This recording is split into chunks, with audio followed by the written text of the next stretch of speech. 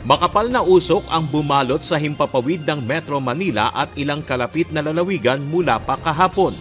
Bunsod nito, maagang nagdeklara ng walang pasok ang ilang lungsod sa National Capital Region, gayon din sa Batangas, Cavite at Laguna. Kaninang hapon, inanunsyo na ng Metropolitan Manila Development Authority ang suspensyon ng pasok sa lahat ng antas, mapapribado man o pampublikong paaralan.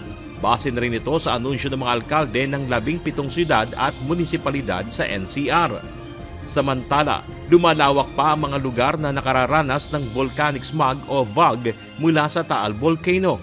Mula sa 6 noong nakaraang linggo, nasa 11 areas na ang naapektuhan nito. Ito ay ang mga bayan ng Balete, Mataas na Kahoy, Laurel, Talisay, Agoncillo at Malbar. Gayun din ang Nasugbo, Lian, Balayan, Tuy at Calatagan. May ilang estudyante na rin ang dinala sa ospital. Sa bayan ng Tuy, nasa 6 na po ang isinugod sa Rural Health Unit ng munisipalidad kahapon dahil sa pananakit ng dibdib at hirap sa paghinga. Samantala, naglabas ng Notice to Airmen o NOTAM ang Civil Aviation Authority of the Philippines o CAAP kung saan pinapayuhan ng mga sasakyang panghimpapawid na iwasang magpalipad ng aircraft malapit sa Bulkang Taal. Sa isang pahayag, sinabi naman ng Manila International Airport Authority na nananatiling normal ang operasyon sa NAIA sa kabila ng presensya ng volcanic smog.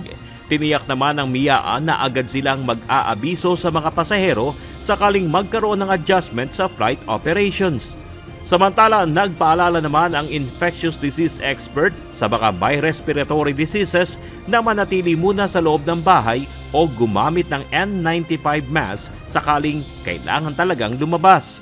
Kailangan ding mapanatili ang healthy lifestyle.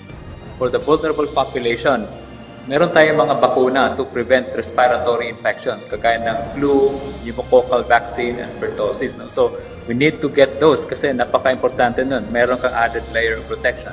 Pangalawa, you have to keep yourself healthy. You have to eat healthy food, exercise, and tamang rest, no? Or tulog para at least yung katawan natin pwedeng lalaban doon sa mga infection. Bernard Dadis, UNTV News and Rescue. Diyos ang aming sandigan, serbisyo publiko ang aming pinalagahan.